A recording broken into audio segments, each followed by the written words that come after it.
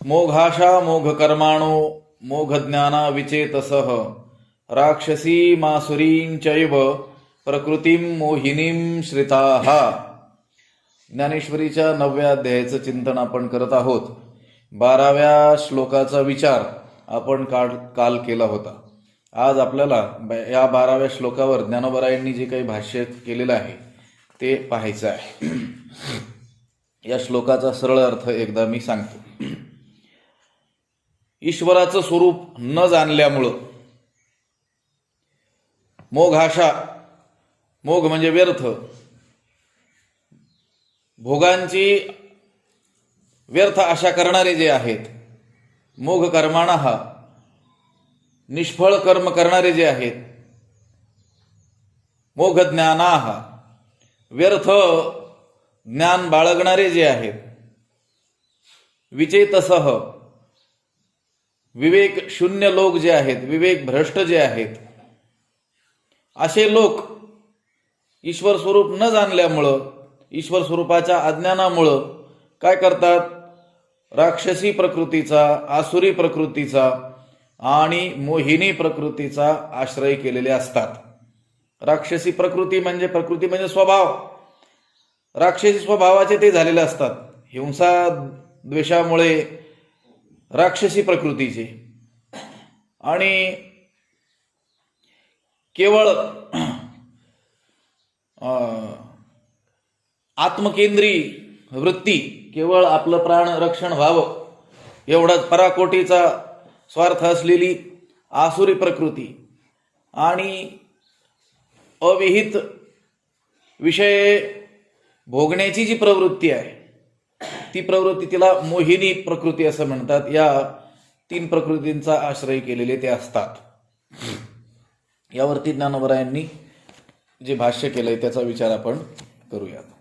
या लागी जन्मले ते मोघ, जैसे वार्षिये वीण मेघ, का मृगजळाचे तरंग दुरुनीची पहावे. आता या श्लोकामध्ये जे मोघाशा, मोघकर्माणः, मोघज्ञानाः, विचेतसः ही जी पदं आलेली आहेत त्याचं ज्ञानोबरा या ओव्यांच्या माध्यमातून विचार करतात. मोघाशा, त्यांच्या आशा ही काय आहेत? मोघ आहेत, व्यर्थ आहेत. त्यांचे कर्म ही काय आहेत? व्यर्थ आहेत. त्यांच्या ठिकाणी असलेलं ज्ञान जे आहे तेही व्यर्थ आहेत, आणि ते विवेक नसलेले आहेत, विवेक शून्य आहेत, विवेक रहित आहेत. ज्ञानोबराय आता या श्लोकात आलेल्या पदांवरती बोलतात. या लागी जन्मले ते मोघ, या लागी, याकरिता भगवंताचं स्वरूप त्यांनी जाणलेलं नसल्यामुळं, या लागी जन्मले ते मोघ, ते मोघ जन्मले म्हणजे व्यर्थच जन्माला आले. लक्षात आलं का? त्यांचं जन्माला येणं कसं आहे? व्यर्थच आहे. जन्माला येऊन त्यांचा जन्म व्यर्थ गेला असं नाही. जन्माला आले आणि मग त्यांचा जन्म व्यर्थ गेला असं नाही, ते व्यर्थच जन्माला आले. लक्षात आलं का? ज्ञानोबराय म्हणतात जन्मले ते मोघ, त्यांचा जन्म व्यर्थ जाईल यात काय नवल नाही, ते जन्मालाच व्यर्थ जन्माला आले म्हटले. लक्षात आलं का? ज्ञानोबराय म्हणतात या लागी जन्मले ते मोघ, ते व्यर्थच जन्माला आले. ते जन्माला आले हे मुळात काय झालं? व्यर्थच झालं म्हटले. कसं? जैसे वार्षिये वीण मेघ, ज्याप्रमाणे वार्षिये वीण वर्षा ऋतू वाचून आलेले जे मेघ आहेत ते काय आहेत? व्यर्थ आहेत. आता वर्षा ऋतू असल्यामुळं आता आलेले मेघ हे व्यर्थ नाहीत, हे निरर्थक नाहीत, हे सार्थकच आहेत. लक्षात आलं का?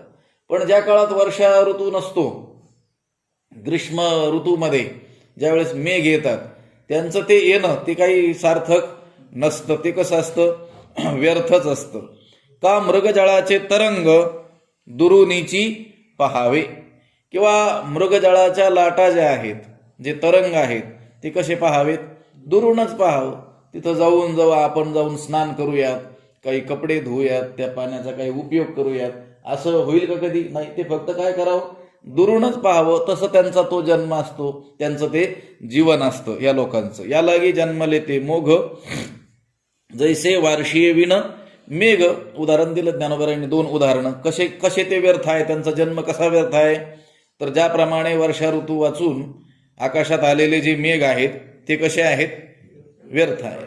3ऱ्या अध्यायामध्ये असंच या लोकांविषयी बोलताना ज्ञानोबराय बोललेले आहेत. ते जन्म कर्म सकळ अर्जुना अति निष्फळ, जैसे का अभ्रपटळ आकाळीचे. अभ्रपटळ हे ढगांनी जे आच्छादित आकाश होत आहे ते कसं आहे, अकाळी आलेलं.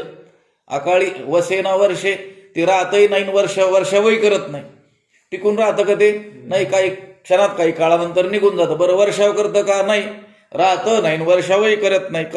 कधी आलेलं, अकाळी आलेलं जे आभ्र आहे. तसं ते म्हणतात त्यांचे जन्म कर्म सकळ, जन्म आणि जन्माला आल्यानंतर केलेले कर्म हे सर्वच काय आहे अर्जुना, अतिनिष्फळ, अतिशय काय आहेत, निष्फळ आहेत. जैसे का अभ्रपटळ आकाळीचे. आकाशात आलेले जे ढग आहेत, अकाळी आलेले, ते जसे काय आहेत, व्यर्थ आहेत, तसं यांचं जन्म काय आहे, व्यर्थ आहे. जैसे आकाळी आभाळ आळूमाळू सपातळ, विपाय केवळ वसेना वर्षे. बोलून गेलो मी, ते वसतही नाही म्हणजे राहतही नाही आणि वर्षावही ते करत नाहीत. तसा त्यांचा जन्म काय आहे, व्यर्थ आहे. का मृगजळाचे तरंग दुरुनीची पाहावे, किंवा मृगजळाचा जो तरंग आहे तो काय करावा, दुरूनच पाहावा. दुरूनच तो काय वाटतो, सत्य असा वाटतो. वास्तविक ते सत्य आहे का, नाही, ते सत्य नाही, ते कसं आहे, मिथ्याच आहे. लक्षात आलं का.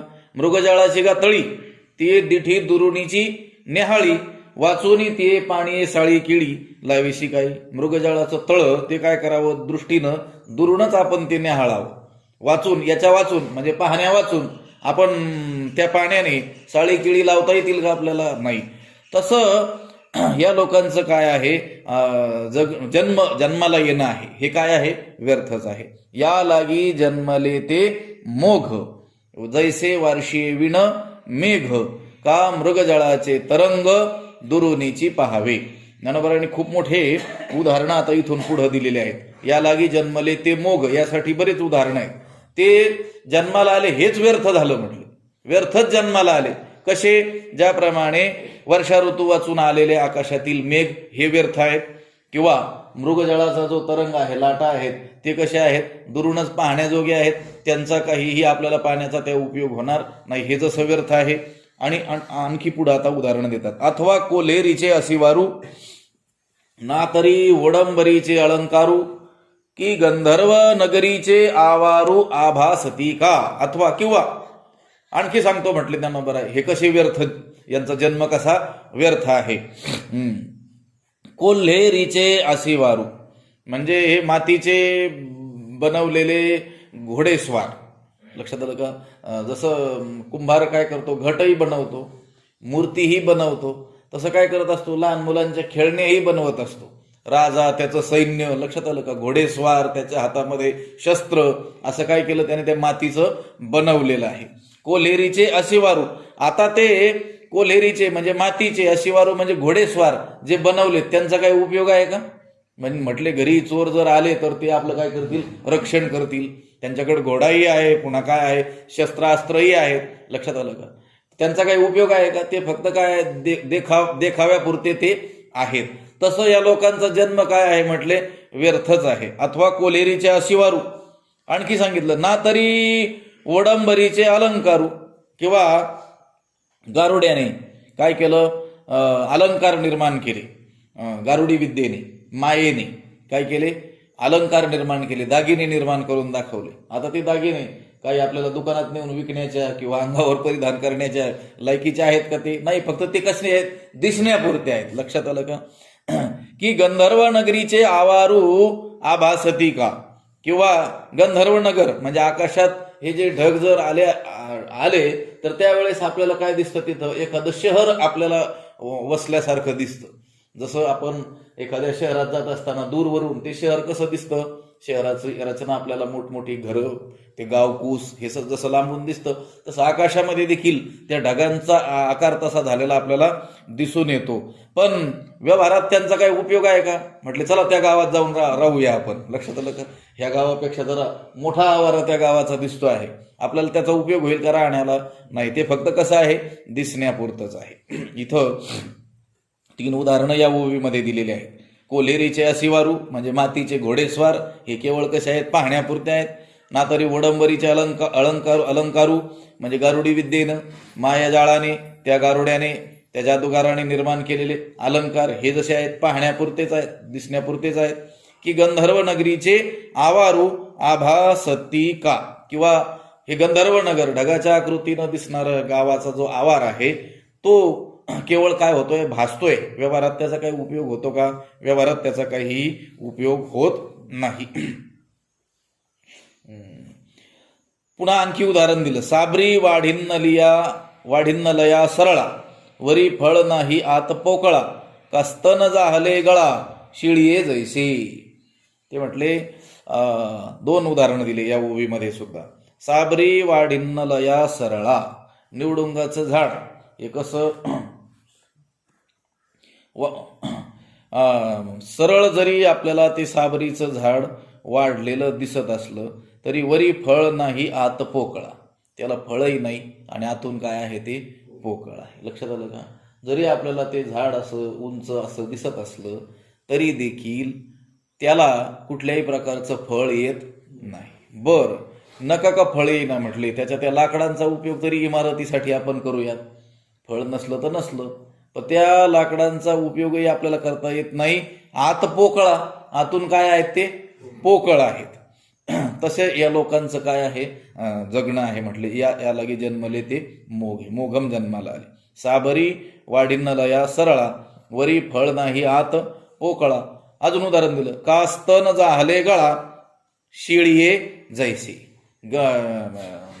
शिळीच्या गळ्याला काय येत असतात, स्तन येत असतात. त्या स्तनातून काही दूध आपल्याला प्राप्त होतं का? नाही. त्या स्तनाचा दिसण्यापेक्षा दुसरा काहीही उपयोग होत नाही. त्या 3ऱ्या अध्यायामध्येच पुन्हा तिथं उदाहरण दिलेलं आहे. का गळा स्तनाजेचे, तैसे जियाले देखीत तयाचे, जया अनुष्ठान स्वधर्माचे घडीची ना. ज्याला आपल्या स्वधर्माचं अनुष्ठान घडत नाही त्याचं जगणं कसं आहे म्हटले, त्या शिळीच्या गळ्याला आलेल्या स्तनाप्रमाणे आहे.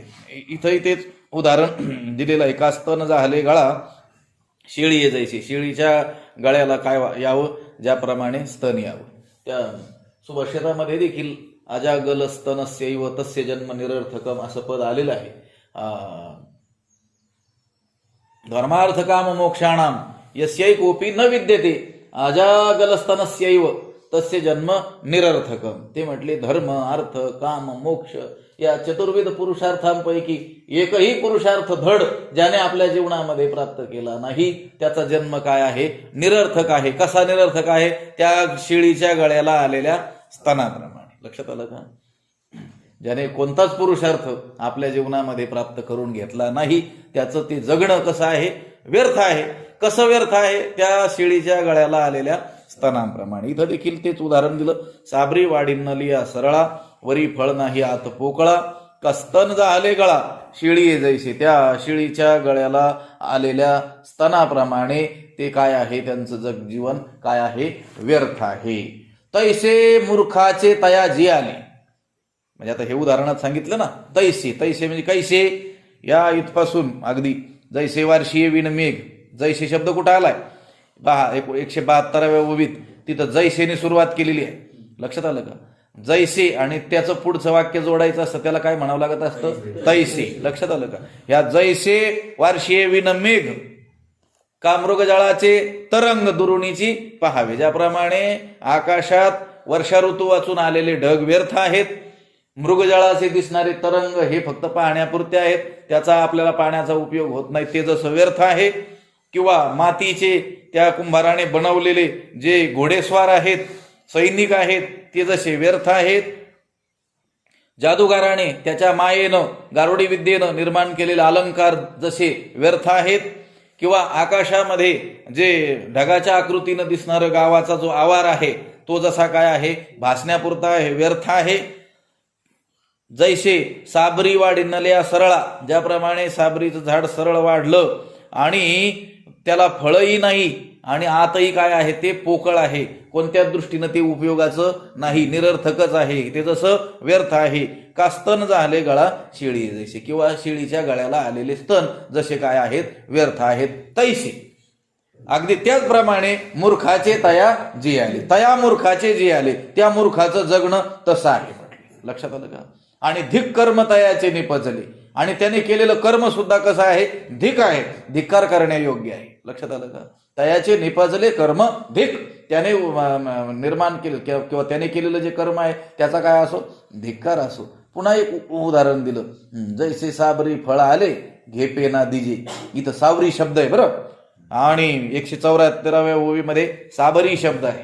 लक्षात आलं का? आणि साबरीचं उदाहरण देत असताना वरी फळ नाही आत पोकळा असं लिहिलेलं आहे. काय लिहिलेलं आहे? त्या साबरीच्या झाडाला वर फळ नाही आणि आतमध्ये देखील ते काय आहे? पोकळ. हे कशाचं? साबरीचं ब, आणि इथं काय आहे? सावरी. आणि इथं म्हटले सावरीला ज्याप्रमाणे फळ आलं, म्हणजे हे सावरीचं झाड वेगळं आहे, एक वनस्पती असा अर्थ त्या शब्दकोशामध्ये सावरीच्या झाडाचा केलेला आहे. लक्षात आलं का? नाही तर म्हणतात हे सावरी साबरी, इथं ब राहिलं का काय किंवा तिथं जास्त झालं का काय? तसं नाही, ते साबरीच आहे आणि हे सावरीच आहे. त्या साबरीला फळ येत नाही आणि आतून ती कशी असते? पोकळ असते. आणि या सावरीला मात्र फळ येतं, पण ते कसं असतं? खाण्याजोगं नसतं, कडू असतं. लक्षात आलं का? जैसे सावरी फळ आले घेपे ना दिजे. आणि ते आपल्यालाही घेता येत नाही, ते काटे असल्यामुळं, आणि काढलंच आपण बळेच त्या सावरीच्या झाडाचं फळ, तर ते कोणाला देताही येत नाही.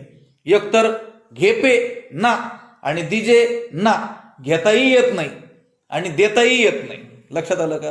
कशाच्या झाडाला आलेलं? सावरीच्या झाडाला. लक्षात आलं का? तिला फळ येतं पण ते काटे असल्यामुळं घेता येत नाही. बरं, घेतलंच प्रयत्न करून तर कोणाला देता येत नाही. तसं त्यांचं जगणं काय आहे? व्यर्थ आहे. तैस म्हणजे त्याचा त्यालाही उपयोग नाही आणि दुसऱ्यालाही उपयोग नाही, त्याचं उदाहरण इथं चाललेलं आहे. लक्षात आलं का? ज्याच्या जीवनाचा ज्याला स्वतःलाही उपयोग नाही आणि दुसऱ्यालाही उपयोग नाही, जसं त्या सावरीला आलेलं फळ ते कोणाला घेताही येत नाही आणि घेतलं तर ते त्या कोणाला देताही येत नाही, तसं ज्याचं जन्म काय आहे? जगणं काय आहे?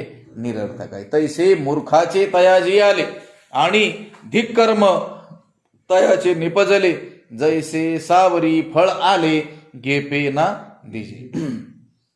आता हे कर्माचं झालं. धिक कर्म तयाचे निपजले, मोघ कर्माण हा म्हटलं ना.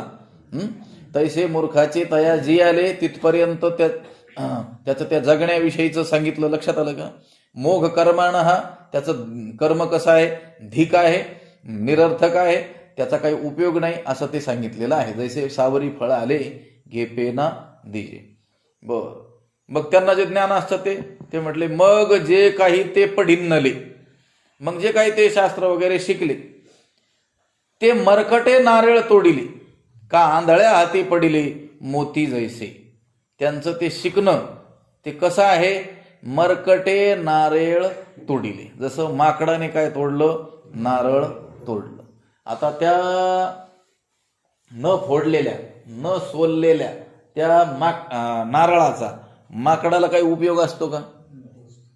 त्याला फोडून दिलं तर ते आवडीनं मोठ्या खाईल, पण त्याला तसंच नारळ जर दिलं तर ते घेऊनच दिवसभर काय करणार? पळणार. पण त्याला त्या नारळातील आतल्या त्या मधुर पाण्याचा किंवा त्या गराचा काहीही उपयोग होणार नाही. तसं अनेकांचं काय असतं? शिकणं असतं. मग जे काही ते पढिन्नले, मग जे काही ते शास्त्र शिकले त्या शिकण्यानुसार त्यांचं वर्तन किंवा तसा अनुभव नसतो. लक्षात आलं का? फक्त ते काय करतात? ते आपलं नारळ घेऊन पळणाऱ्या त्या माकडाप्रमाणे ते फक्त मिरवत असतात. आपली पदवी काय करतात? पदवीचा टेंभा काय करत असतात? मिरवत असतात. लक्षात आलं का? फक्त ते त्यांच्याकडे काय असतं? सर्टिफिकेट असतं. लक्षात आलं का? पाठीमाग त्या पंतप्रधानांनी सांगितलं होतं एका व्याख्यानामध्ये. ते म्हटले आजचं जे शिक्षण पद्धती आहे जी इंग्रजांनी निर्माण केली तिच्यानुसारच आपण चाललेलो आहोत. प्राचीन शिक्षण पद्धती ही नाही आहे. लक्षात आलं की? तर फक्त कशाला महत्व आहे? कागदी घोड्यांना काय आहे? महत्व आहे. एका मुलाला त्यांनी विचारलं होतं आपल्या पंतप्रधानांनी, तू किती शिकलास? त्याने सांगितलं MA. ते म्हणे तुला काय येतं? ते म्हणे मी MA शिकलो. ते म्हणे तुला येतं काय? लक्षात आलं का? तो म्हणतो मी काय केलो, MA पर्यंत शिक्षण घेतलं, माझ्याकडं डिग्री आहे, मी फर्स्ट क्लासने काय झालो विद्यापीठात पास झालेलो आहे. ते म्हटले त्यांचा प्रश्न एकच होता, तुला येतं काय? लक्षात आलं का? म्हणजे काही येणं आणि डिग्री असणं ह्या गोष्टी काय आहेत, वेगवेगळ्या आहेत. अनेक लोकांकडे काय मोठाल्या डिग्री आहेत, लक्षात आलं, त्यांनी कशा मिळवलं त्यांचं त्यांना ठाऊक, पण डॉक्टरांचे डिग्री असतील पण त्यांना काहीही येत नाही असं खेड्यातली लोक सुद्धा सांगतात. लक्षात आलं का? येणं आणि त्याच्याकडं ती पदवी असणं ही गोष्ट काय आहे, वेगळी आहे. तसं ते म्हणतात, जे काही ते पडिन्नले, जे काही ते शिकले ते मरकटे नारळ तोडिले. माकडाने काय तोडावं? नारळ. माकडाकडे नारळ नाही का? आहे, पण त्याचा उपयोग आहे का त्याला? नाही. लक्षात आलं का? किंवा का आंधळ्या हाती पडिले मोती जैसे, आंधळ्याच्या हाती ज्याप्रमाणे काय करावं, मोती पडावेत. लक्षात आलं का? आता त्याला ते मोती, त्याचा आकार किंवा त्याचं सौंदर्य, त्याची महती जाणण्याची काही नजर आहे का? नाही करत. तो काय आहे? आंधळा आहे. त्या आंधळ्याच्या हाती ज्याप्रमाणे मोती पडावेत त्याप्रमाणे त्यांच्याकडं काय असतं, ते शास्त्र शिकलेले असतात. लक्षात आलं का? त्याचा काही त्यांना उपयोग होत नाही. लक्षात आलं का? ज्ञानोबा आणखीन पुढे सांगतात, किंबहुना तयांची शास्त्रे. फार काय सांगावं, एवढं सांगितलं बस झालं. कोणतं? माकडाने ज्याप्रमाणे नारळ तोडावं तसं त्यांचं शिकणं असतं, किंवा आंधळ्याच्या हाती मोती पडावेत हे एवढं असं त्यांचं काय असतं, शिकणं असतं. ज्ञानोबा म्हणतात, किंबहुना तयांची शास्त्रे जैसी कुमारी हाती दिधली शस्त्रे, का अशौचिया मंत्रे बीजे कथिली. किंबहुना, बहुना किम, फार काय सांगावं, तयांची शास्त्रे, त्यांनी शिकलेली सर्व शास्त्रे कशी असतात? व्यर्थ असतात. कशी? जैसी कुमारी हाती शस्त्रे दिधली, जसं लहान मुलीच्या हातामध्ये शस्त्र द्यावेत. जे शस्त्र चांगल्या कुशल माणसाच्याच हातात दिली जावीत, कुशल माणसा व्यतिरिक्त, त्याच्यातील तज्ज्ञ माणसाच्या व्यतिरिक्त दुसऱ्याच्या चांगल्या माणसाच्या हातात सुद्धा देऊ नयेत, अशी शस्त्र कोणाच्या हातात दिली? लहान मुलीच्या हातात दिली. लक्षात आलं का? आता हे बंदूक असतात, त्याचे वेगवेगळे प्रकार असतात, काही तलवारी असतात, कोणतंही शस्त्र म्हणा, ते शस्त्र कोणाच्या हातात दिलं पाहिजे किंवा कोणाच्या हातात ते शोभतं किंवा कोणाच्या हातात असणं ते योग्य आहे, जो त्याच्यातील काय आहे, तज्ज्ञ आहे. त्या शस्त्राला चालवण्याची कला ज्याला काय आहे, अवगत आहे, त्या शस्त्राला जपण्याची देखील कला, ते ज्ञान त्याला अवगत आहे, त्याच्यात ते हातात दिलं पाहिजे. लक्षात आलं का? आता ते शस्त्र त्या कुशल माणसा व्यतिरिक्त इतर कुणाकडेही दिलं जाऊ शकत नाही. ते मात्र कुणाकडे दिलं म्हटले? त्या पोरीकडं, लहान मुलीकडं दिलं. आता त्या मुलीच्या हातात शस्त्र नाही का? आहे, पण तिच्या हातात जसं शस्त्र आहे ते शस्त्र आता ते तिचाही घात करू शकतं आणि समोरच्याचाही काय करू शकतं? घात करू शकतं. समोरच्यापेक्षा स्वतःचाच ती काय करून घेऊ शकते, त्या शस्त्राने घात करून घेऊ शकते. लक्षात आलं का? तसं किंबहुना तयांची शास्त्रे, त्या लोकांचं असलेलं शास्त्रज्ञान ते कसं आहे?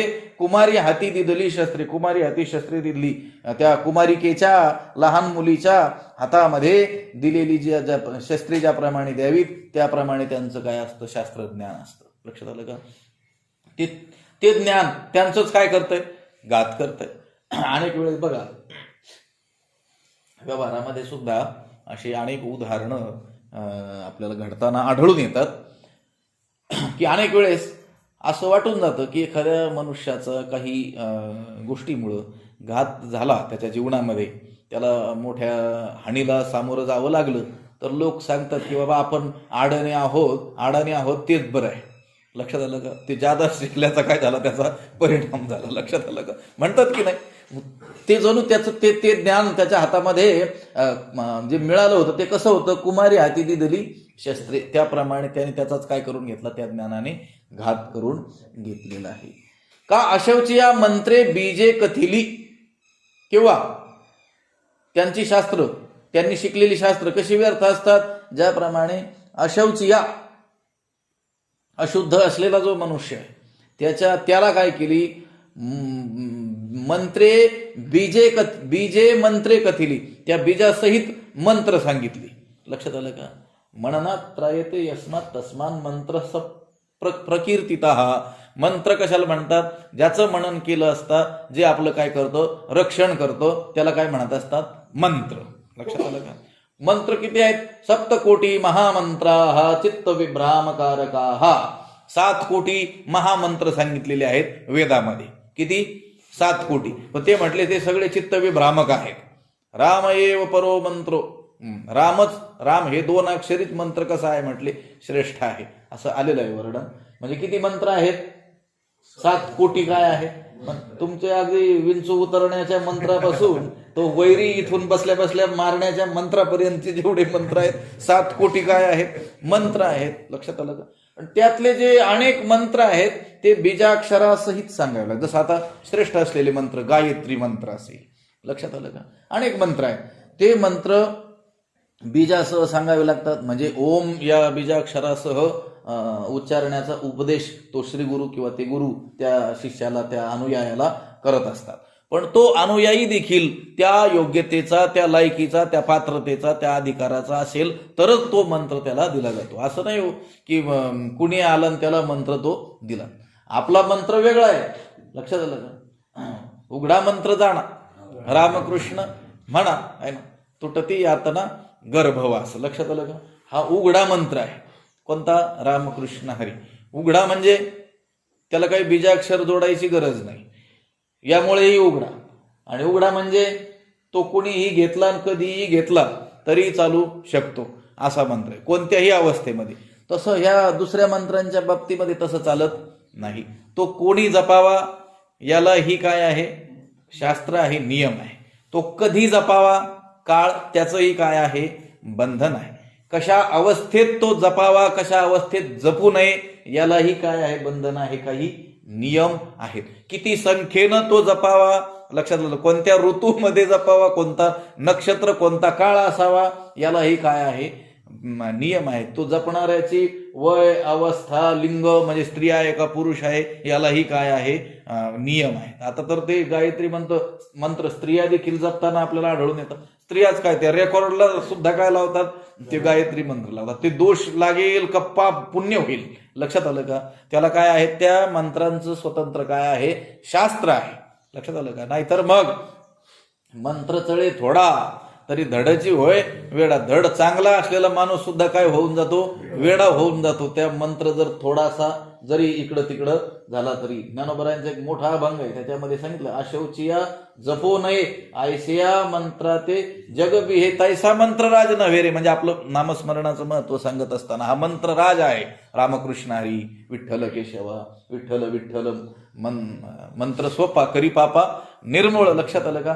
पण जे दुसरे मंत्र आहेत मी सांगितलेले ते बीजाक्षरासह त्याला तो उपदेश केला जातो आणि त्याने त्या गुरुच्या आज्ञेनुसार त्याचा काय करायचा असतो? जप करायचा असतो. एकाने काय केलं म्हटले? अशौचिया. कशा माणसाला? अशुद्ध माणसालाच. लक्षात आलं का? त्याला काय केलं? हे मंत्र कथन केले, मंत्र जपायचे सांगितले. बरं, कसे जपायचे सांगितले? बीजाक्षरासह दिले. लक्षात आलं का? एका असाच मध्येच उगवलेला एरंडासारखा तांत्रिक त्याने काही यज्ञ केलं होतं आणि त्या यज्ञाच्या समाप्तीला कीर्तन करण्याचा प्रसंग माझ्यावर आला होता. लक्षात आलं का? त्यावेळेस मी मुद्दाम होऊन विठ्ठल विठ्ठल मंत्र सोपा करी पापा निर्मूळ हा अभंग घेतला आणि त्याच्यात मंत्र शब्द होता म्हणून त्या मंत्र शब्दावरच कीर्तन केलं होतं. मग त्याची चांगली कान उघडणी केली होती. त्याला वाटलं बाबा बरं स्तुती करतील आपली. लक्षात आलं का? पण त्याला पश्चाताप आला असेल आम्हाला घेऊन जाऊन. कारण तो काय करायचा? असे बीजाक्षरासह मंत्र कोणालाही जपायचे सांगायचा. त्यावेळेस मी ह्या सगळ्या गोष्टी तिथं सांगितल्या होत्या की कोणाला सांगावं, कुणी सांगावं, त्याचेही स्वतःचे लक्षावधी कोट्यावधी अनुष्ठानं झालेले असले पाहिजेत. आजच पुस्तकात वाचलं, दुसऱ्या दिवशी लगेच शिष्याला सांगतो जपा हा मंत्र, कसं काय चालेल? लक्षात आलं का? तर ते जमणार नाही. की का अशौचिया मंत्रे बीजे कथिली.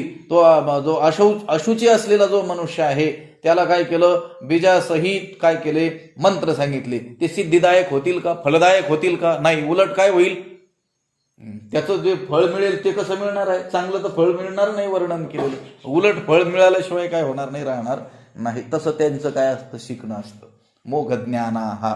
लक्षात आलं का? त्यांचं ज्ञान कसं असतं तसं व्यर्थ असतं. किंबहुना तयांची शास्त्रे जैसी कुमारी हाती दिधली शस्त्रे का अशौचिया मंत्रे बीजे कथिली तैसे ज्ञानजात तया आणि जे काही आचरले गा धनंजया ते आघवेची गेले वाया जे चित्तहीन तैसे ज्ञानजात तया आणि जे काही आचरले गा धनंजया गा अरे गा धनंजया अरे अर्जुना तैसे त्याप्रमाणे तया ज्ञानजात त्याच्यासाठी ते सर्व ज्ञानजात म्हणजे संपूर्ण त्याचं ते जे ज्ञान आहे ते आणि जे काही आचरले आणि जे काही त्यांनी कर्म केलं ते कसं आहे ते आघवेची गेले वाया ते आघवत संपूर्णच काय आहे वाया गेलेलं आहे का बरं जे चित्तहीन ते चित्तहीन आहे ते विचेतसहा पदाचा अर्थ चित्तहीन असा केलेला आहे चित्तहीन म्हणजे चित्त नसलेले असं नाही हीन चित्ताचे लक्षात आलं का त्यांचं चित्त कसं आहे मूढ आहे अस्थिर आहे कुतर्की आहे त्यामुळं ते काय झालेलं आहे त्यांचं सर्वच काय झालं वाया गेलं तैसे ज्ञानजात तया आणि जे काही आचरले गा धनंजया ते आघवेची गेले वाया जे चित्तहीन हे लक्षात घ्या की जे चित्तहीन आहेत म्हणजे मूढ आहेत अस्थिर आहेत लक्षात आलं का विवेक भ्रष्ट जे आहेत त्यांचं ज्ञान आणि त्यांनी आचरलेली सर्व कर्म ते आघवेची गेले वाया ते सगळे वाया जातात त्यांचं कितीही ज्ञान असलं तरी ते वाया गेलेलंच आहे आणि त्यांनी काहीही कर्म आपल्या जीवनात केलं तरी ते काय आहे वाया गेलेलंच आहे थोडंफार वाया गेलेलं आहे असं नाही ते आघवेची गेले वाया त्याचा काहीही उपयोग होत नाही जर ते कसे असतील चित्तहीन म्हणजे विवेक भ्रष्ट असतील विचेतसह ह्या पदाने जे सांगितलं तसे जर असतील त्यांच्यामध्ये विवेक नसेल विवेक शून्य जर ते लोक असतील तर त्यांचं सर्व ज्ञानही वाया गेलं आणि त्यांनी केलेलं सर्व कर्मही वाया गेलं म्हणून विवेकाला काय आहे अतिशय महत्व आहे लक्षात आलं का ज्ञानोबरायांनी देखील पहिल्या अध्यायामध्ये श्री गुरूंचं वर्णन करत असताना विवेकावरी असं पद आलेलं आहे तिथं मला त्याची सुरुवात लक्षात येईल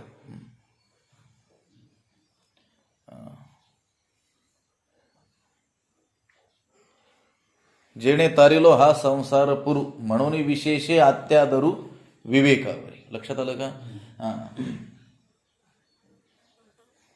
पहिल्या अध्यायामध्ये सुरुवातीलाच गुरूंचं वर्णन करताना त्या ओव्या आलेल्या आहेत असं आपल्या म्हणून मज हृदय सद्गुरु जेणे तारिलो हा संसार पुरु म्हणून विशेषे आत्यादरू कुठं विवेकावरी लक्षात आलं का विवेक हा जीवनामध्ये काय आहे अतिशय महत्वाचा आहे तो विवेक जर नसेल आपण जर चित्तहीन असू म्हणजे विचेतसा विवेक भ्रष्ट असू विवेक शून्य असू तर आपलं संपूर्ण ज्ञान आणि जे काही आचरलेलं कर्म आहे ते काय होणार आहे आगवच वाया जाणार आहे लक्षात आलं का म्हणून संतांनी देखील कशाला अधिक महत्व दिलेलं आहे विवेकाला अतिशय काय केलेलं आहे महत्व संत तेथ विवेका आसने कीजी लक्षात बिनु सत्संग विवेक न होई बिना संत संगतीचा विवेक होत नाही कारण संत जिथे असतात तिथंच काय असतो विवेक असतो आणि आपल्याला विवेक प्राप्त करून घ्यायचा असेल तर आपल्याला कुठं जावं लागणार आहे संतांच्या सहवासात जावं लागणार आहे तो विवेक आपल्याला जर होईल विवेक आपल्याकडं असेल तरच आपल्याला असलेलं ज्ञान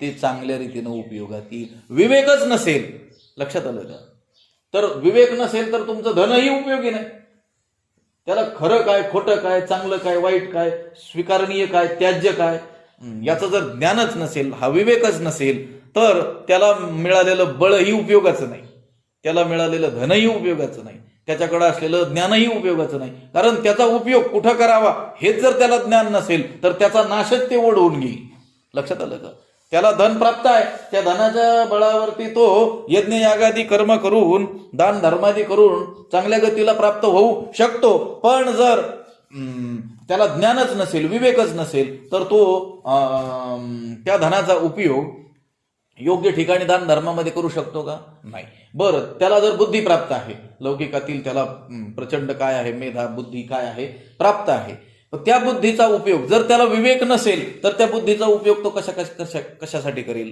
काल आपण श्लोक पाहिला, विद्या विवादाय. विद्येचा उपयोग कशासाठी करील? विवाद करण्यासाठी करील, दुसऱ्याला परास्त करण्यासाठी करील, दुसऱ्याला कमी दाखवण्यासाठी करील. धनम मदाय. धन कशासाठी? उन्मत्त होण्यासाठी करील. लक्षात आलं का? शक्ती ही परेशान परपीडनाय.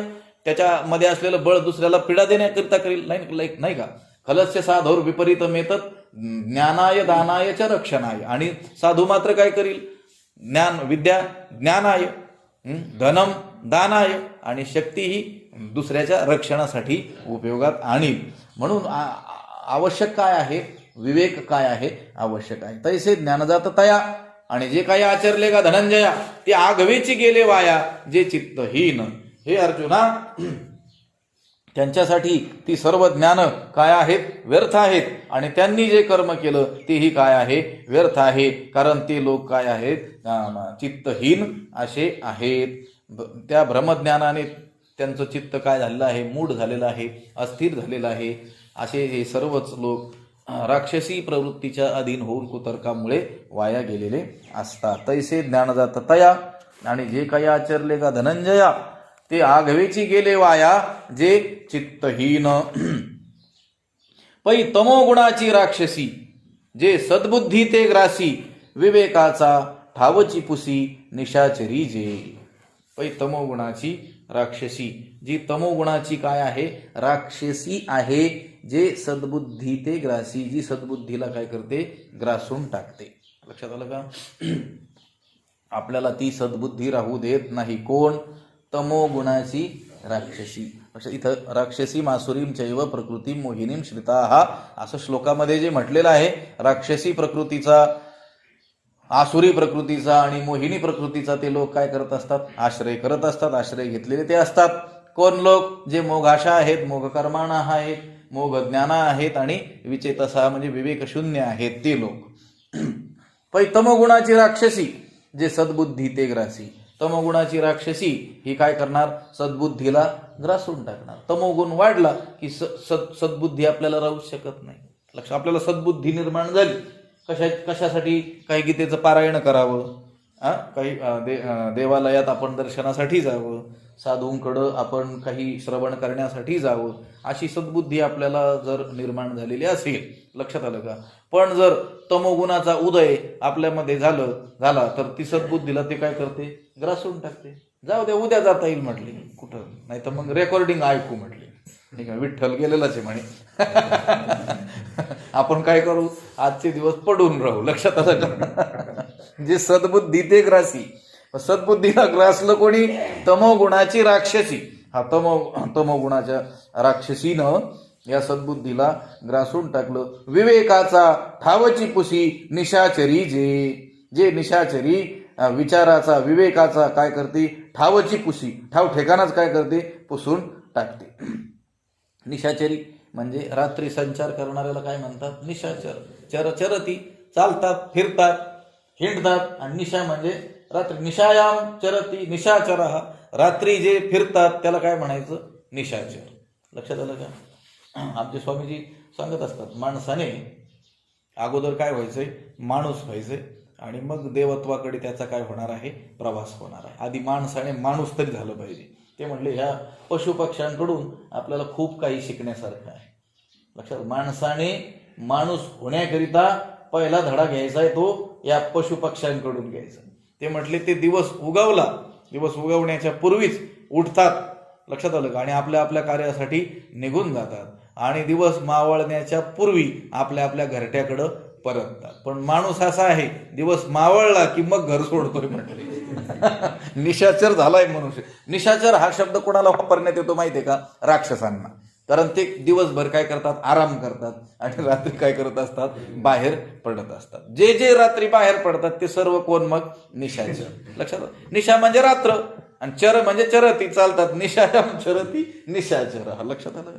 आता तुम्ही सज्जन लोकांना सुद्धा या विद्युतमुळं, लाईटीमुळं निशाचर होण्याची वेळ आलेली आहे. लक्षात आलं. 2 वाजता सुद्धा शेतात दिसतात लोक रात्री. ही जी निशाचरी आहे, तिला निशाचरी का म्हटलं? अज्ञानाच्या रात्रीत ती संचार करते. अज्ञान ही काय आहे? रात्र आहे. रात्र म्हणजे रात्री काय असतं? अंधार. अंधार म्हणजे काय? काही न दिसणं. लक्षात आलं का? आपल्याला असलेल्या वस्तू त्या आपल्या आपल्या ठिकाणी जरी असल्या तरी अंधार असल्यामुळे आपल्याला त्या दिसत नाहीत. लक्षात आलं? त्या वस्तू जिथल्या तिथंच आहे. आपले घरात ठेवलेल्या वस्तू पण रात्री आपल्याला त्या दिसत नाहीत. कशामुळं? अंधारामुळं. तसं अज्ञानामुळं आपल्याला जे जसं आहे तसं दिसत नाही. लक्षात म्हणा अज्ञानाला काय म्हटलेलं आहे? अंधार म्हटलेलं आहे. अज्ञानाच्या रात्रीमध्ये ती काय करते? संचार करते. कोण? तमोगुणाची राक्षसी. तमोगुणाची राक्षसीन ती काय करते? अज्ञानाच्या रात्री संचार करत असते. आणि ती काय काय काम करते? तर ते म्हटले जे सद्बुद्धी ते ग्रासी. सद्बुद्धीला काय करते? खाऊनच टाकते, गिळून टाकते. सद्बुद्धी शिल्लकच उरू देत नाही. आणि काय करते? विवेकाचा ठावची पुसी. आणि विवेकाचा विचाराचा तर ठाव ठिकाणच काय करते? मोडून टाकते. लक्षात आलं का? त्या विचारांचा ठाव ठिकाणा पुसून टाकते. विचारच उत्पन्न होऊ देत नाही. लक्षात आलं का? तमोगुण जर माणसामध्ये प्रबळ झाला तर तो कुठलाही काय करत नाही? विचार करत नाही. तो पूर्णपणे अविचारी बनलेला असतो. म्हणून ते म्हणतात तमोगुणाची राक्षसी जे सद्बुद्धी ते ग्रासी, विवेकाचा ठावची पुसी निशाचरी जे. आणि सद्बुद्धी जर निघून गेली, विवेकाचा ठावच जर पुसला तर मग तो मनुष्य राहील का? लक्षात. माणसाला माणूस कोणत्या कारणाने म्हटल्या गेलेला आहे? त्याच्यामध्ये काहीतरी सद्बुद्धी आहे.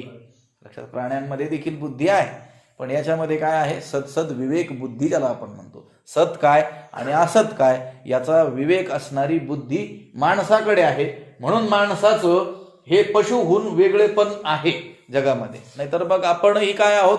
पशुच आहोत. मनुष्य देखील पशुनाम पतिम पापनाशम परिश्रम. मनुष्य देखील काय म्हटलं गेलेलं आहे? त्याला पशुच म्हटलं गेलेलं आहे. लक्षात. भगवंताला काय म्हटलं गेलेलं आहे? पशुपती. लक्षात आलं का? भगवंताचं नाव काय आहे? पशुपतीनाथ म्हणतात की नाही? म्हणजे ह्या सर्व पशु म्हणजे प्राणी. मग मनुष्य देखील काय आहे? प्राणी आहे. पण हा विचारशील प्राणी आहे. लक्षात आलं का? विचारवान प्राणी आहे. तो चांगलं काय वाईट काय याचा काय करू शकतो? विचार करू शकतो. अन्य पशूंमध्ये चांगलं वाईट काय आहे याचा विचार नाही. पशु काय पाप पुण्य जाणते. त्यांना पाप आणि पुण्य हे काही नाही. ते उत्तम मध्यम फक्त काय करत असतात? वाट्याला आलेले भोग ते भोगत राहत असतात. पण मनुष्य त्याला जी बुद्धी भगवंताने दिलेली आहे तो मात्र त्या बुद्धीनं काय योग्य आणि काय अयोग्य याचा विचार करू शकतो. आणि जो विचार करतो त्यालाच म्हणायचं माणूस. लक्षात आलं का? ज्याची सद्बुद्धीच निघून गेली, विवेकच निघून गेला, तो माणूस राहील का? तो काय होऊन जातो? आसुरी प्रकृतीचा, राक्षसी प्रकृतीचा आश्रय केल्यामुळे तो काय होऊन जाईल? राक्षसच होऊन जाईल. दैवी प्रकृतीचा आश्रय केला तर तो काय होईल? देवच होऊन जाईल. लक्षात आलं का? पुढं देवासुर संपद विभाग योग 16व्या अध्यायामध्ये याचं वर्णन आपल्याला आढळून येणार आहे. दैवी 26 गुण आणि हे आसुरी असलेले जे गुण आहेत त्यांचं काय केलं जाईल? त्यांनाही गुण आडनावापुरतं म्हटलेलं आहे. ज्ञानोबा म्हणणार आहेत तिथं. लक्षात आलं का? त्यांना फक्त काय म्हटलं? ते आता हे दैवी गुण आणि हे आसुरी गुण. आता ते गुण असतात का? आपण ते म्हणले नाही. आता म्हणावं लागले. लक्षात आलं का? ओळखण्यापुरतं. तसं सद्बुद्धी ज्याची नष्ट झाली, विवेकाचा ठावच पुसला, ज्याच्याकडे विवेक शिल्लक राहिलाच नाही नावाला. लक्षात आलं का? ते भगवंताला कसं काय प्राप्त करून घेतील? लक्षात आलं का? जे वैराग्याची शिव न देखती, विवेकाची भाष नेणती, ते मूर्ख केवी पावती मज ईश्वराते. भगवंत म्हणतो ते मूर्ख लोक मला कसे काय प्राप्त होतील? ईश्वराला, मी ईश्वर असलेल्या मला ते मूर्ख कसे काय प्राप्त होतील? जे वैराग्याची शिव पाहत नाहीत. वैराग्य रूपी गावाच्या शिवेला जो सुद्धा जे गेलेलं नाही. लक्षात आलं का? आणि विवेकाची भाष नेणती. विवेक कशाशी खावा, विवेक कशाचं नाव आहे हे ज्यांना ठाऊक नाही ते मला ईश्वराला प्राप्त होतील का? कधी नाही. मग या तमोगुणाच्या राक्षसीनं काय केलं? सद्बुद्धीला ग्रासून टाकलं आणि विवेकाचा काय केला? ठावच पुसरून टाकला. मग जर आपण या राक्षसी प्रकृतीचा आश्रय करू आणि ती राक्षसी प्रकृती तिच्या नियमाप्रमाणे आपल्या सद्बुद्धीचा ग्रास करील आणि आपल्या ठिकाणी असलेला जो विवेक आहे थोडा बहुत त्याचाही काय करील? ठाव ठिकाणा मोडूनच टाकील. तर मग आपल्याला ईश्वराला प्राप्त करून घेता येईल का? घेता येणार नाही. तमोगुणाची राक्षसी जे सद्बुद्धी ते ग्रासी, विवेकाचा ठावची पुसी निशाचरी जे. तिये प्रकृती वरपडे जाहले म्हणून चिंतेचे नि कपोले गेले. वरी तामसीयेचे पडिले मुखा माझी, ते प्रकृती वरपडे झाले. अशा त्या प्रकृतीच्या, राक्षसी प्रकृतीच्या, आत्ता सांगितलेल्या, जी सद्बुद्धीला ग्रासून टाकते, विवेकाचा ठावच पुसून टाकते, अशी जी निशाचरी आहे, अशा त्या प्रकृतीच्या, ती प्रकृती वरपडे झाले, अधीन झालेले आहेत. कोणत्या प्रकृतीच्या? राक्षसी प्रकृतीच्या. अधीन व्हावं माणसाने, पण कोणाच्या अधीन व्हावं? ज्याच्या अधीन झाल्यानंतर आपलं काय होईल? कल्याण होईल, आपल्यामध्ये काय होईल? काहीतरी आपला विकास होईल, काहीतरी आपली प्रगती होईल, आपलं जीवन काहीतरी उन्नत बनेल. अशा कोणाच्या स्वाधीन झालं तर ते भाग्याची गोष्ट आहे. पण माणसं त्याच्या कुठं स्वाधीन होतात? लक्षात आलं का? श्रीगुरूंच्या, लक्षात आलं का? संतांच्या नाही ना. ते ज्ञानोबाराय म्हणतात, अशी जी तमोगुणाची राक्षसी आहे, ही जी राक्षसी प्रकृती आहे, त्या प्रकृतीवर ते प्रकृतीवर पडे झाले, त्या प्रकृतीच्या ते काय झाले? अधीन झाले. आणि अधीन झाले म्हणून मग काय झालं? म्हणून चिंतेचेनी कपोले गेले. त्या चिंतेच्या काय झाले? गाळात गेले. कशाच्या गाळामध्ये? चिंतेच्या. लक्षात, चिंतेच्या खड्ड्यात पडले ते. लक्षात आलं का? बरं, नंतर वरी तामसीयेचे पडिले मुखा माझी, नंतर तामसी राक्षसीच्या मुखातही ते पडले. आता मुखात पडले म्हणजे त्यांची कथा संपली. लक्षात आलं का? कोणा त्यांचं संपूनच गेलं. लक्षात आलं का? बघा, माणसाला सद्बुद्धी त्याची नष्ट होईल, त्याचा विवेक नष्ट होईल, आणि चिंतेच्या गाळात तो रुतल्या जाईल, तर त्याचं संपलं नाही तर काय राहिलं? लक्षात आलं का? तो पुन्हा भगवत प्राप्ती करून घ्यायला त्याच्याकडे काही शिल्लक राहिलं का? भांडवल? काही भांडवल शिल्लकच राहिलं नाही. ते प्रकृतीवर पडे झाले, अशा प्रकृतीच्या ते अधीन झाले. म्हणून चिंतेचे निकपोले गेले. म्हणून प्रथम ते चिंतेच्या गाळामध्ये गेले. लक्षात आलं का?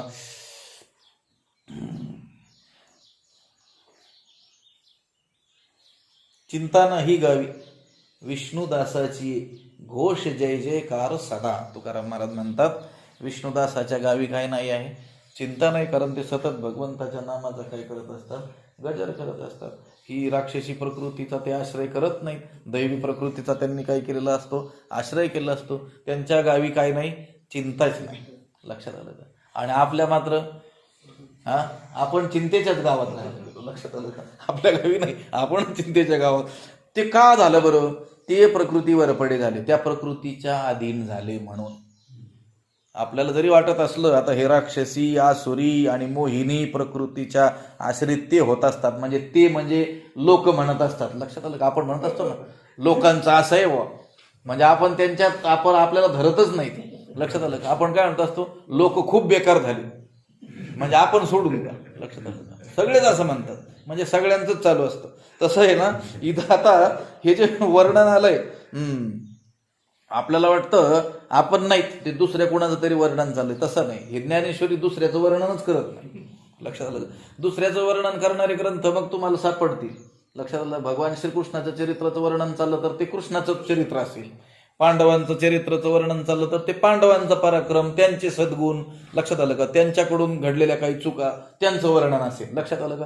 अजून कोणाचं चरित्र असेल तर ते रामायण असेल तर प्रभू रामचंद्राचं काय असणार? त्याच्यामध्ये चरित्र असणार आहे. ज्ञानेश्वरी मात्र हे कोणाचंच चरित्र नाही. हे कोणाचं आहे? जो वाचील त्याचं ते चरित्र आहे. लक्षात आलं का?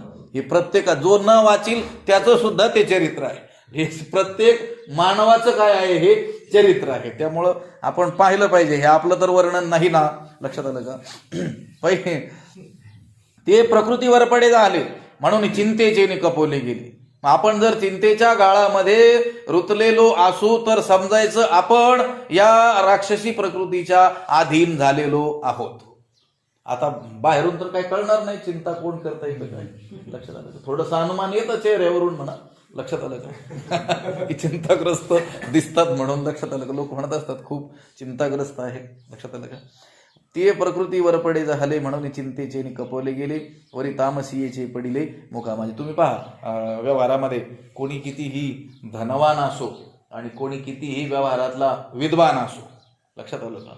पण जर त्याला त्याच्या जीवनामध्ये हा परमार्थ मार्ग जर मिळालेला नसेल, या मार्गावरती त्याची वाटचाल नसेल, तर त्याच्या जीवनामध्ये जेवढ्या काही चिंता असतात तेवढ्या तुम्हाला इतरत्र आढळणार नाही. वारकऱ्याच्या जीवनात एवढ्या चिंता तुम्हाला आढळणार नाहीत, जेवढ्या चिंता मोठमोठ्या गर्भश्रीमंत आणि जे विद्वान म्हणवले जाणारे आहेत व्यवहारातली त्यांना जेवढ्या चिंता असतात. लक्षात आलं का? ते चिंतेच्या गाळात का गेले? त्या प्रकृतीच्या अधीन झाले म्हणून. अशा त्या प्रकृतीच्या अधीनच जर झाले नाही तर चिंतेच्या गाळात रुतण्याचा काही संबंध येत नाही. लक्षात आलं? आता आपलं बघून घ्यायचं, आपण प्रकृतीच्या त्या अधीन झालेलो आहोत की नाही. ते प्रकृतीवर पडे झाले म्हणून चिंतेचे निकपवले गेले. बरं, एवढंच झालं नाही, वरी तामसीयेचे पडिले मुखा माझी, आणि त्यानंतर ते तामसी राक्षसीच्या मुखातही जाऊन काय झाले? पडले. आणि मुखात पडले म्हणल्यावर काय आता ते राहणार का काही? लक्षात, त्यांची कथा संपली. मुखामाजी, मुखामध्ये, लक्षात आलं का? मुखामध्ये, मुखात. जेथ, आता इथं राक्षसी प्रकृतीचं वर्णन संपलं. आसुरी प्रकृतीचं स्वरूप सांगतात. जेथ आशेची लाळे, आत हिंसा जीभ लोळे, तेवीची असंतोषाचे चाकळे, अखंड चघळी.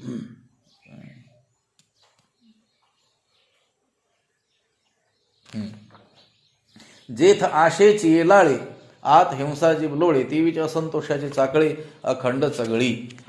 ते जेथ आशेची लाळे, अशा त्या राक्षसी प्रकृतीच्या मुखात आशारूपी लाळेमध्ये, राक्षसी प्रकृतीचं मुख, आणि मुख म्हटलं की त्याच्यात काय असणार? लाळ असणार. तर ती लाळ कोणती? आशारूपी लाळेमध्ये. जीभ वळवळते आहे. कोणती जीभ? हिंसारूपी जीभ वळवळ. आत हिंसा जीभ लोळे. लक्षात, आपलं मुख आहे ना, या मुखामध्ये ही जीभ लोळते की नाही? लोळते. कशामुळं? त्याच्यामध्ये लाळ असल्यामुळं. लक्षात आलं? आपल्या आतल्या ग्रंथींनी मुखातल्या लाळ स्रवणं जर बंद केलं तर या जिभेला सुद्धा हालचाल करता येणार नाही. ही जी जीभ लोळते आहे, लक्षात, हालचाल करते आहे, ती कशामुळं? लाळेमुळं. तर ते म्हणतात ज्या राक्षसी प्रकृतीच्या मुखामध्ये आशारूपी लाळेमध्ये ही हिंसारूपी जीभ काय होते आहे? वळवळते आहे. त्या तेवीची असंतोषाचे चाकळे, अखंड चघळी. आणि ती जीभ असंतोष रूपी चाकळे, मांसाचा गोळा काय करते आहे? अखंड चघळीत आहे. लक्षात आलं का? कशाचा गोळा चघळीत आहे? मांसाचा. कोणतं मांस? असंतुष्टता, हेच काय? मांस. आणि त्याला काय करत आहे? ती अखंड चघळीत आहे. लक्षात आलं की इथं ते रूपकात्मक असं वर्णन साहित्यिक दृष्टीनं ज्ञानोबांनी केलेलं आहे. आपण लक्षात घ्या. काय लक्षात घ्यायचं? ही राक्षसी प्रकृतीचं जणू काही मुख, राक्षसी प्रकृतीचं काय मोठं मुख, त्या मुखामध्ये काय आहे? आशारूपी लाळ आहे. लाळ आहे. कोणती लाळ आहे? आशा. आणि त्याच्यात जीभ वळवळते आहे. कोणती जीभ? हिंसारूपी जीभ वळवळते आहे. बरं, ती जीभ चघळते आहे. काय चघळते आहे? मांसाचा गोळा. कोणता मांसाचा गोळा? असंतुष्टता, असंतोष, कधीच संतोष नसणं. लक्षात आलं? चॉकलेट नाही का चघळतात लोक, लक्षात आलं का? बराच वेळ ते च्युंगम असतं ते पण काय करत असतात? चघळत राहत असतात ना. तसं या राक्षसी प्रकृतीच्या मुखामध्ये आशारूपी लाळेमध्ये हिंसारूपी जीभ वळवळते आहे आणि असंतुष्टतारूपी मांसाचा गोळा अखंड काय करते आहे? ती चघळते आहे. म्हणजे याचा अर्थ असा आहे की अशा मनुष्याला जो राक्षसी प्रकृतीचा ज्याने आश्रय केलेला आहे त्याला संतोष कधीही होणार नाही. तो सतत काय राहणार? असंतुष्टच राहणार. तो कधीही आणि कशानेही संतुष्ट होणार नाही. लक्षात आलं का? कारण त्याच्या त्या राक्षसी प्रकृतीच्या मुखामध्ये लाळ आहे. कोणती लाळ? आशारूपी. ती आशारूपी लाळ त्या मुखामधून सतत स्रवणारच आहे आणि त्यामध्ये त्या लाळेमुळं जीभ वळवळणार आहे. कोणती? हिंसारूपी. लक्षात आलं का? म्हणजे ज्याला परमार्थाचं काहीही ज्ञान नाही आणि जो राक्षसी प्रकृतीच्या आश्रयाला गेलेला आहे, त्या प्रकृतीच्या अधीन जो झालेला आहे, त्या माणसामध्ये प्रचंड प्रचंड आशा निर्माण होतात. लक्षात, आशापाश शतैर्बद्धाः काम क्रोध परायणाः. आशापाश शतैर्बद्ध, शेकडो आशापाशांनी तो काय गेलेला आहे? बांधलेला आहे. असं पुढं वर्णन येईल. म्हणजे त्याच्या त्या जसं मुखामध्ये लाळ जी निर्माण होते त्या लाळेला निर्माण व्हायला काही प्रमाण आहे का? नाही. लक्षात आलं का? तुम्ही काही तुकडा ठेवा चॉकलेटचा कशाचा की ती काय झाली, लाळ स्रवायला सुरुवात झालीच समजायची मुखामध्ये. तशी ही राक्षसी प्रकृती आहे, तिचं जे मुख आहे त्यामध्ये आशारूपी लाळ काय होते आहे, स्रवते आहे. आणि ती आशारूपी लाळ स्रवल्यामुळं, जसं आपल्या मुखातील लाळ स्रवल्यामुळंच आपल्याला जिभेला हालचाल करायला काय आहे, संधी आहे, हालचाल आपण जिभेची करू शकतो. तसं आशारूपी लाळ त्या राक्षसी प्रकृतीच्या मुखामध्ये स्रवल्यामुळे ती जीभ वळवळणार आहे सतत, पण कोणती, हिंसारूपी. बघा, माणसाला आशा निर्माण झाली तर तो ती आशापूर्ती करण्यासाठी कुठलीही हिंसा करू शकतो. लक्षात आलं का? कुणाचाही घात करू शकतो. लक्षात आलंय का? कुणाचंही नुकसान करू शकतो, कुणालाही हानी तो पोहोचवू शकतो. हिंसा शब्द वापरलेला आहे, हिंसा करू शकतो. आपल्याला हिंसा शब्दाचा अर्थ लगेच कुणाच्या डोक्यात जाऊन दगड घातला तसं नाही. हिंसा त्याचा विचार जर आपण केला तर अत्यंत सूक्ष्म आपल्याला काय करावं लागणार आहे, त्याचा विचार करावा लागणार. बोलण्यातूनही काय होते, हिंसा होते. लक्षात आलं का? आपल्या वागण्यातून देखील काय होते, हिंसा होते. हिंसा म्हणजे लगेच त्याचं डोक्यात दगड घालून नाश करणं असं नाही. लक्षात आलं का? एखाद्या माणसाचा चार चौघामध्ये काहीही कारण नसताना अपमान करणं ही देखील काय झाली, हिंसाच झाली. लक्षात आलं का? ह्या हिंसेकडं प्रवृत्ती होते. कशामुळं? त्या आशारूपी लाळ स्रवल्यामुळं. लक्षात आलं? ज्याला आशाच नाही तो हिंसा कशाला करील? लक्षात आलं का? ज्याला आशाच नाही, ज्याच्या मुखात लाळ स्रवतच नाही, त्याची जीभ काय होणार आहे, वळवळणारच नाही. लक्षात हा हा आशा मात्र नाही जासी शांती सुखासी लिगटले. ज्याला आशाच नाही, तो आशाच नसल्यामुळं, त्या आशेमुळं होणारे जे अनर्थ आहे त्याच्यापासून तो वाचणारच आहे. आणि मग तो शांती आणि सुखालाच काय होणार आहे, आलिंगन देऊन राहणार आहे, लिपटून चिटकून राहणारच तो आहे. लक्षात आलं का? राक्षसी प्रकृतीच्या मुखामध्ये आशा रूपी लाळेमध्ये ही हिंसारूपी जीभ वळवळते आहे आणि ती काय करते आहे, ती जीभ असंतोष रूपी मांसाचा गोळा अखंड चघळत आहे. लक्षात आलं का? हे आता हे रूपकात्मक असं काय केलेलं आहे, वर्णन केलेलं आहे. लक्षात आलं का? आपण असं एक चित्र आपल्या डोळ्यासमोर उभं करायचं, पण ते चित्र पाहत असताना देखील, ती कल्पना चित्र आपण उभं करत असताना देखील हे आपल्याबद्दल हे बोलल्या गेलेलं आहे, हे लक्षात घ्यायचं. लक्षात आलं का? कारण राक्षसी असा शब्द आलेला आहे ना. लक्षात आलं का? त्यामुळं राक्षसांची जी कल्पना आपली आहे तसं चित्र तर आपल्याला उभं करावंच लागणार ना. असा आकारावर विक्राळ त्याचा काय आहे, जबडा आहे, त्याच्या तोंडातून लाळ स्रवते आहे, त्याच्यात ती हिंसारूपी जीभ वळवळते आहे. लक्षात आलं का? आणि मांसाचा गोळा काय करते आहे, अखंड चघळते आहे. लक्षात आलं का? हे असं आपल्याला एक कल्पना चित्र आपण उभं केलेलं आहे, पण हे आपल्या मानवी जीवनाशी काय आहे, संबंधित आहे. आपलंच ते काय आहे, वर्णन या ठिकाणी केलेलं आहे. नाहीतर राक्षसांचं वर्णन ज्ञानोबराय कशाला करत बसतील? लक्षात आलं? दुसरे पुराणिक करतील, त्यांचं वर्णन केलेलंही आहे. ज्ञानोबराय तत्वज्ञान सांगायला बसलेले आहे. लक्षात आलं का? जीवनाचं ज्ञान आपल्याला सांगायला इथं बसलेले आहे.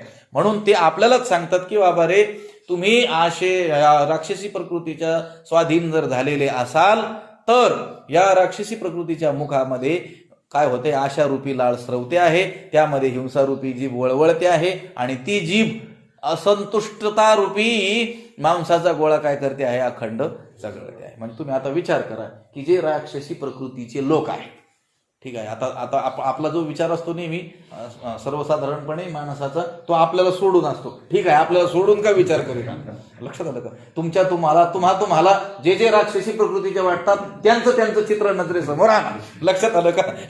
आणि आता बघा, त्यांना आशा उत्पन्न झाल्यामुळं, त्यांना हे भगवत स्वरूपाचं ज्ञान नसल्यामुळं, राक्षसी प्रकृतीचा त्यांनी आश्रय केलेला असल्यामुळं त्यांना आता जी आशा उत्पन्न झालेली आहे तिच्या पूर्तीसाठी ते कुठलीही हिंसा करायला काय होतात, तयार होतात. बरोबर आहे की नाही? तुम्ही चित्र ज्याचं त्याचं लक्षात आलं, बरोबर आहे? लक्षात आलं का? आणि ते कधीही संतुष्ट झालेत असं तुम्हाला दिसणारच नाही. दिसले का चित्र तुमचे? लक्षात आलं का? कधीही ते संतुष्ट झालेले तुम्हाला दिसणार नाही. त्यांना काहीही प्राप्त होऊ, त्या हिंसेच्या बळावरती, त्या क्रूर कर्माच्या बळावरती त्यांनी काहीही प्राप्त करू, पण ते अखंड काय चघळत राहणार आहेत या असंतुष्ट रूपी मांसाचा गोळा. लक्षात आलं का? जसं ते काही चॉकलेट खाल्ले की चावून लगेच खाल्ले जातात, च्युंगम 1 तासभर चावत राहतात लोक. लक्षात आलं का? ते मुलं खातात ना च्युंगम, तसं अखंड चघळी असं सांगितलेलं आहे. म्हणजे त्यांना कधीही संतुष्टता प्राप्त होऊच शकत नाही. त्यांच्या चेहऱ्यावर संतोष तुम्हाला कधीही दिसणार नाही. लक्षात आलं का? सतत ते काय असणार? असंतुष्ट, अतृप्तच. लक्षात आलं का? अतृप्तच दिसून येणार कोणत्याही बाबतीमध्ये. त्यांची तृप्ती झालेली तुम्हाला कधीही आढळून येणार नाही. त्यांची म्हणजे आता त्यांची म्हणतोय. लक्षात आलं का? जे ताशेची लाळे आत हिंसा जीभ लोळे, देवीची असंतोषाची चाकळी अखंड चघळी. 3 आणि 3 6 ओव्या राहिल्यात. वेळ संपलेली आहे. काय करायचंय? थांबायचंय? थांबूया. हे 6 ओव्या. आता हे ज्ञानवरायांना सुद्धा घाई झालेली आहे. हे संपून पुढे जायचंय त्यांना. लक्षात आलं का? महात्म्यांचं वर्णन करायला. पण आता आपल्या वाट्याला आलेले आहेत ते. लक्षात आलं का? पुंडलिक वरदा हरी विठ्ठल श्री ज्ञानदेव तुकाराम.